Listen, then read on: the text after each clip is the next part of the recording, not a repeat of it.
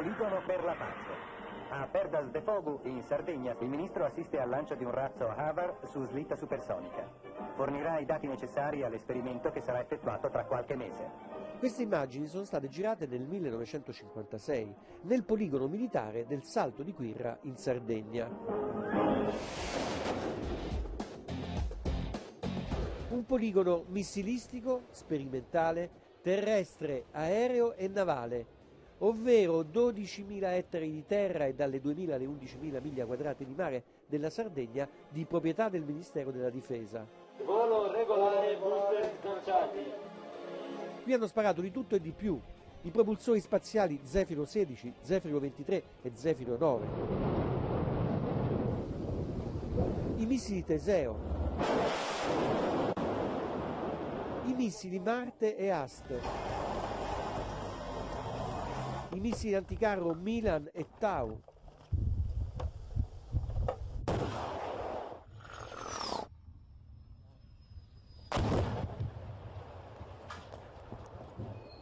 persino i proiettili e le granate al fosforo. White phosphorus can also be used to block the enemy's vision.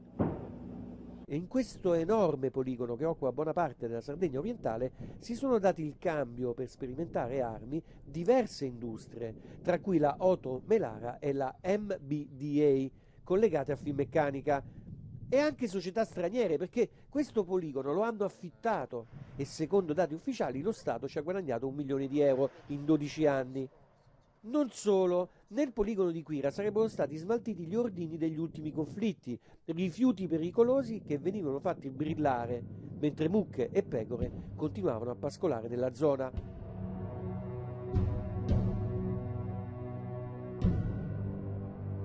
Nel 2001 si comincia a sospettare che il poligono possa avere a che fare con le tante morti per linfoma e leucemia della zona, ma le analisi condotte negli anni successivi non riescono a stabilire nessun collegamento tra esercitazioni militari e tumori, fino al 2010, quando 2 veterinari della ASL di Lanusei effettuano controlli negli allevamenti vicino o all'interno del poligono. Ed ecco quello che scoprono.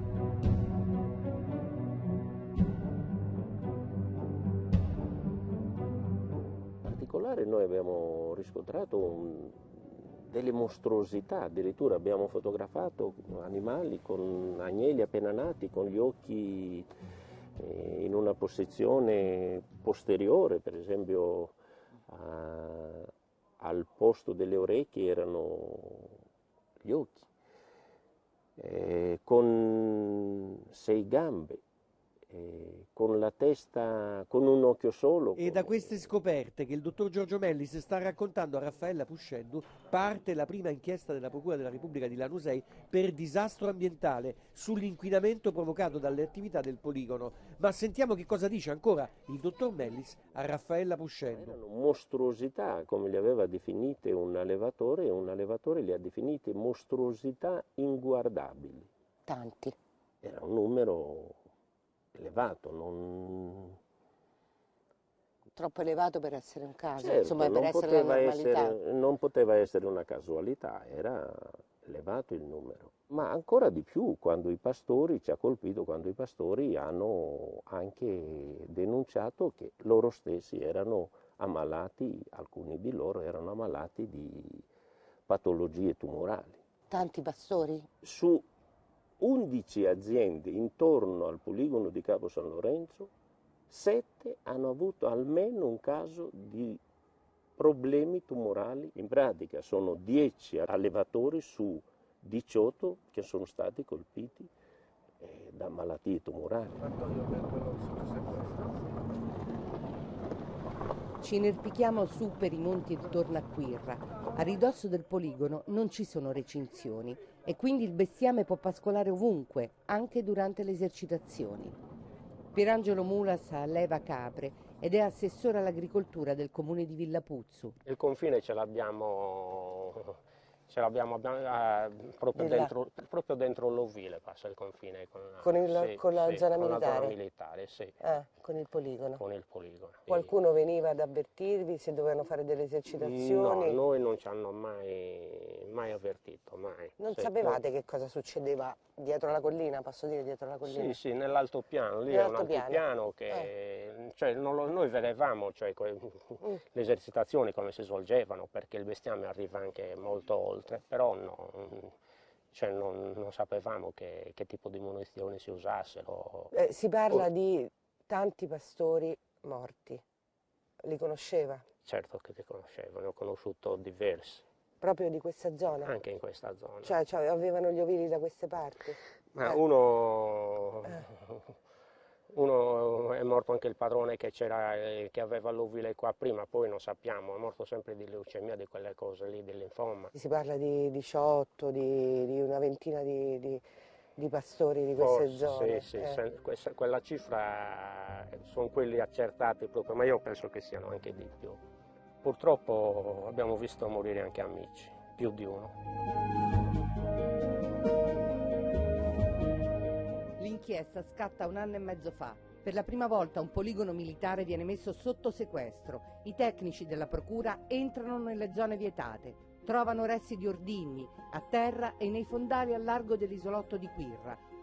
Individuano le zone dove venivano fatti brillare enormi quantitativi di armi dismesse. Guardate, nelle immagini l'area in questione è quella bianca, dove non c'è traccia di vegetazione. Ecco quello che ci ha detto il procuratore Domenico Fiordalisi, che coordina le indagini. Abbiamo scoperto alcune situazioni che adesso sono al vaglio del giudice.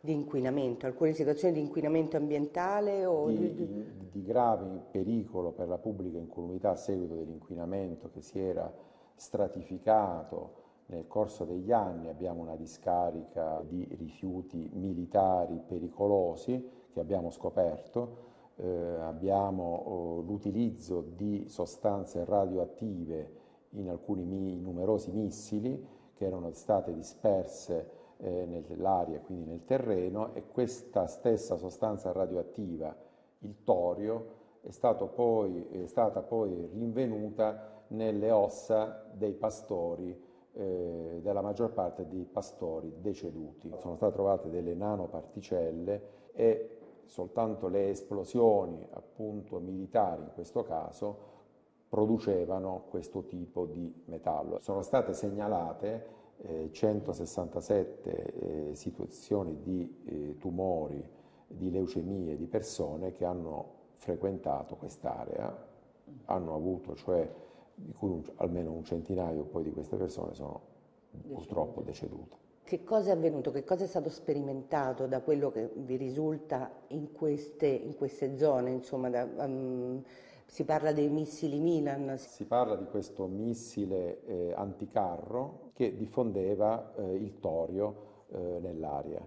Torio che è ben più pericoloso dell'uranio impoverito, proprio perché ha un processo di decadimento che moltiplica le emissioni di particelle alfa, cioè di quelle particelle che ledono entrambe le elicoidali del DNA e quindi producono più facilmente delle malformazioni sugli esseri viventi. Cosa avveniva all'interno del poligono? Che cosa vi risulta oltre al Milan? È avvenuta per molti anni questa attività di smaltimento di rifiuti, tra virgolette, di Stato, che determinava un pericolo per i centri abitati vicini. Il torio è stato ritrovato in ben 13 salme delle 15 fatte riesumare dalla procura.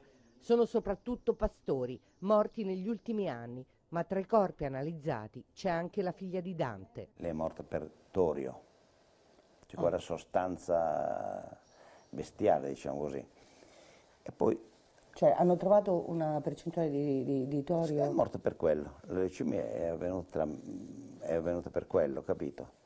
Non è che sia così per caso, perché mia figlia non lavorava nella base, il marito era figlio di un pastore, avevano l'ovile sopra il monte dove c'è il castello di Quirra, no? quando si facevano le esercitazioni sparavano proprio da quelle parti lì, capito? Andavano sempre lì. Qui a San Vito non è solo il caso di sua figlia, ci sono stati altri casi. Esatto, sì, c'è anche un altro che hanno riesumato, capito? Un certo Corda, capito? Sempre legato a... Sempre legato lì. Sempre legato a Quirra. Era cognato di mia figlia questo. Ma anche il suo nipote poi adesso è... E mio nipote erano sempre lì a giocare, puoi capire, no? Mio nipotino. Anche lui ha avuto dei problemi. Ha avuto la leucemia.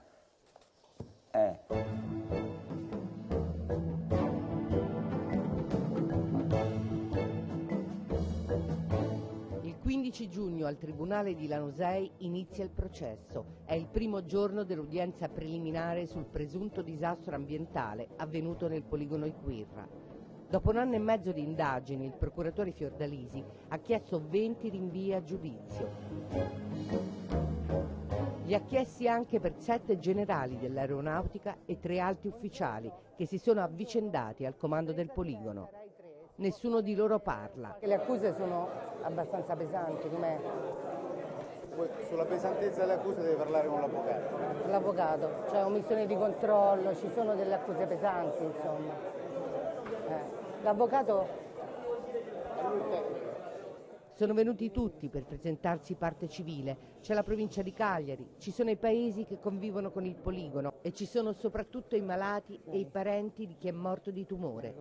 Dante è preoccupato che di fronte a tanti generali non venga fatta giustizia. Talmente tanta la legna al fuoco che prima o poi prenderanno un po' d'acqua e cercheranno di spegnerla. Questo è il mio, ritengo quello che sarà. E vedremo, il tempo ci darà ragione. Grandi assenti la Regione Sardegna e il Ministero dell'Ambiente.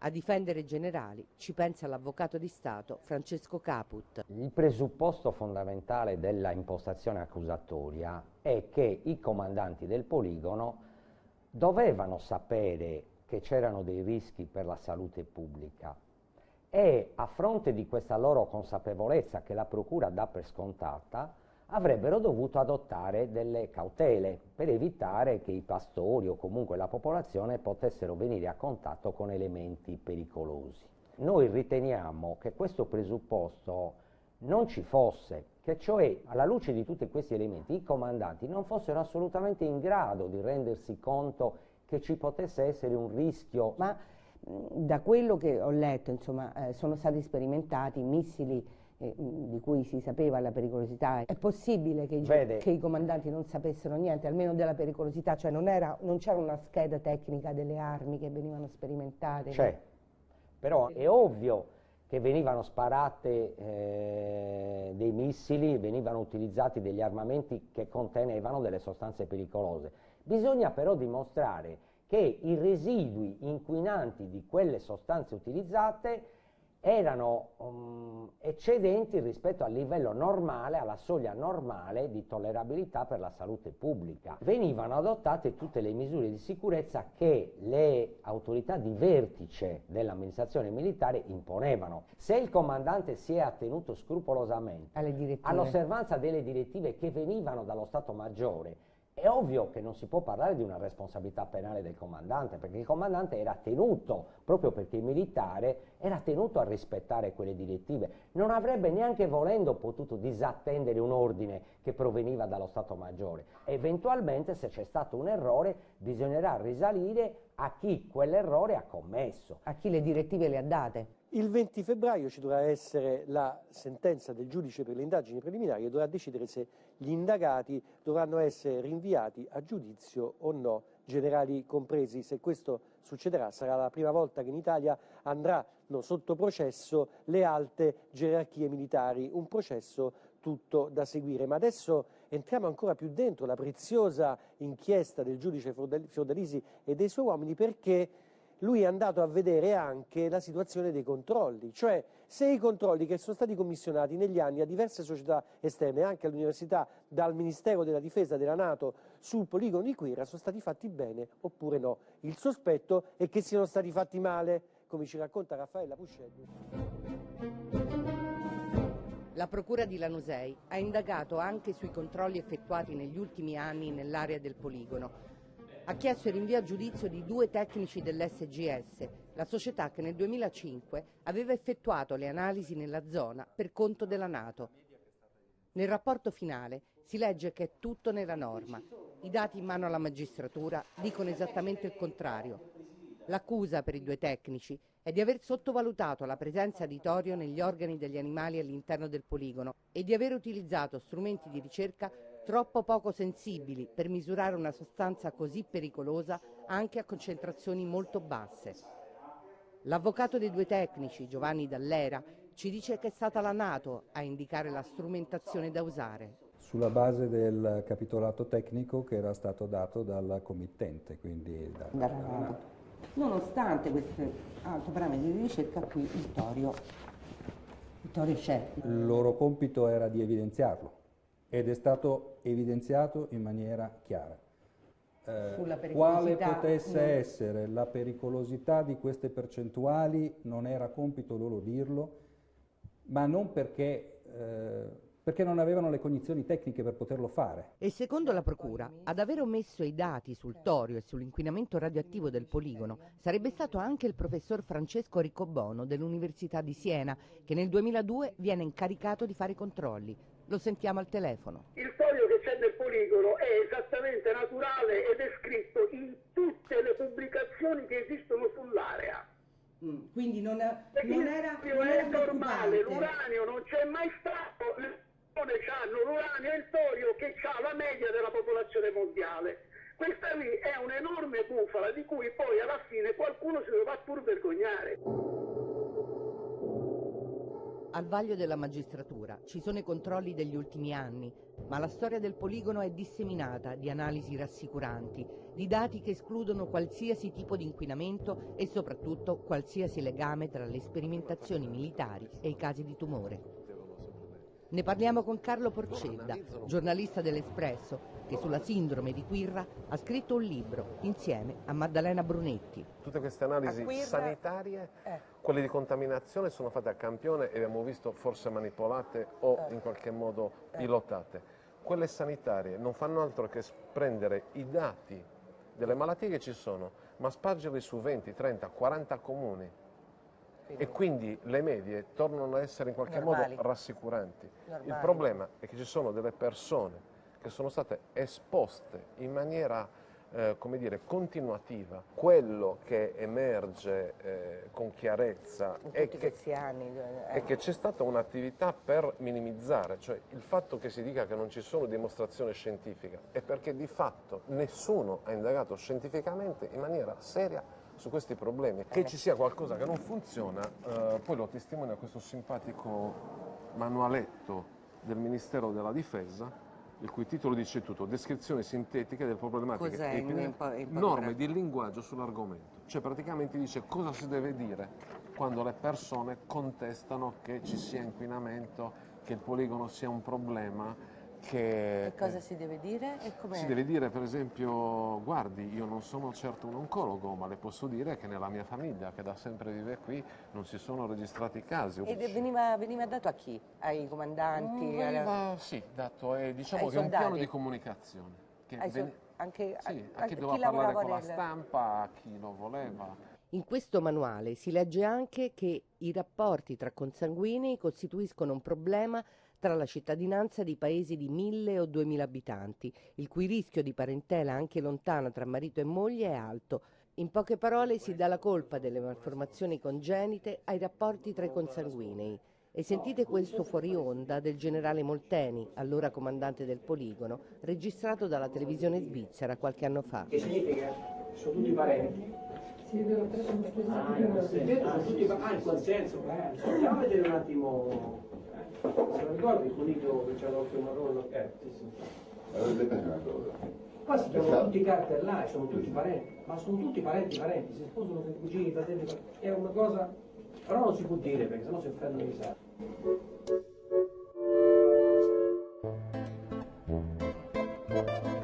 Eppure, a Perdas de Fogu, dove si trova il comando del poligono, relazioni tra consanguinei o meno, la gente campa 100 anni. Qui da poco è stata festeggiata la famiglia più longeva del mondo e nella piazza del paese la media si aggira intorno agli 80 anni.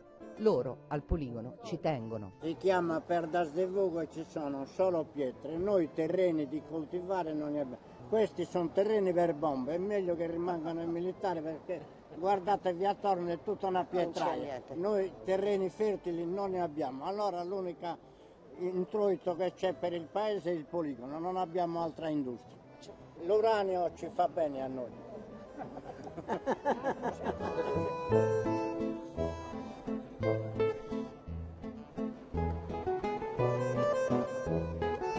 Posso solo dirle che lavoro da quasi 30 anni dentro il poligono e grazie a Dio solo. Ci ho lavorato una vita, da ragazzino ho lavorato lì, prima di partire militare. La gente muore dappertutto di quella malattia, ormai... Non è colpa del poligono. Ma che del poligono? Che non c'è niente nel poligono, che non è vero.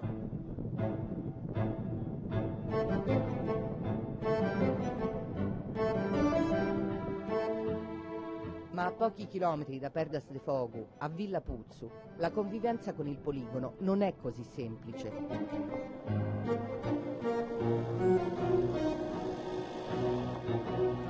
Christian è responsabile della protezione civile. Con lui cerchiamo di capire cosa significa vivere a ridosso dell'area militare. A destra, a sinistra, ovunque ci giriamo è tutto poligono. Sì. E qui siamo proprio al confine. Sì. Cioè, oltre questi cartelli inizia, oltre questi cartelli non si può, non si potrebbe passare. Inizia il poligono. Un posto a sovranità limitata. Cioè se io adesso faccio 2 metri adesso trasgredisco la legge, entro non dentro. Lo fare? Ecco, adesso io sono in territorio militare. Se arrivano i militari mi mandano via. E io sono amministratore pubblico di questo comune, cittadino del comune di Villa Puzzu e non sono a casa mia. Io adesso sono fuori legge. Se continuo ad andare rischio le manette, quindi esco. Questo poligono è nato in un periodo della storia europea, mondiale, dove si pensava che da un giorno all'altro ci sarebbero state una battaglia di carri armati alle porte di Berlino. Quindi magari territori così vasti avevano senso per esercitarsi. Ma adesso ha più senso? Non ha più senso. Questo qua è tutto il territorio del comune di Villa Puzzu. E questa... In questa carta. Ok. Non è tutto. E gran parte è occupata dal poligono. E questa è la spiaggia di Murtas. Sì, si vede tutta la spiaggia, gran parte della spiaggia, non riusciamo a vederla tutta. Si vede la spiaggia, si vede la base. E lì in fondo c'è la base militare. Tutta la spiaggia di Murtas inaccessibile. No, non ci si può entrare, ci si può arrivare via mare. E basta? Sì, perché via terra la strada comunale che sta qua sotto è stata chiusa dal generale, dal comandante della base. Ma poteva farlo? No, secondo noi no. E la gente che deve passare, che deve arrivare in questa spiaggia, che magari ci lavora, c'è gente che ci lavora? Certo, c'è gente che ha delle attività di pastorizia, di agricoltura. Come fa? Con la strada bloccata? Ogni giorno viene fermata, gli si chiedono i documenti, gli si chiede dove sta andando, per quale motivo. E quando torna a casa poi? Di nuovo, da dove arrivi, quanti siete, cosa trasportate. E poi... Tutto questo ogni giorno? Ogni giorno. Calcavano. E proviamo ad arrivare alla spiaggia di Murtas. Ci sono le indicazioni turistiche, ma a un certo punto non si può più andare avanti. Ecco là il cartello, striscia gialla per terra. Non lo oltrepassiamo? No, il decreto dice questo. Parole in povere, poche parole che è colpa del tribunale. Sì. Ma non è stato dissequestrato? Esatto, questo? è stato dissequestrato. Quindi non riusciamo a capire che senso abbia questa ordinanza fatta dal generale Bonotto, come è firmato qua. Quindi non c'è una ordinanza del tribunale di Lanusei che dice... In questo momento no. Ecco qua, stanno arrivando i militari. Stanno arrivando? Sì. Infatti perché non si fermano perché sono in difficoltà anche loro. Sta arrivando qualcuno, È un camper. Adesso vediamo cosa fa il camper. Non si può. Salve, turisti. Non si arriva più alla spiaggia. Sì, c'era l'indicazione, vero? Lì alla... Ecco, no, non si arriva più perché è bloccata. Da dove state arrivando? Da Nuoro. Da Nuoro per vedere Quirra.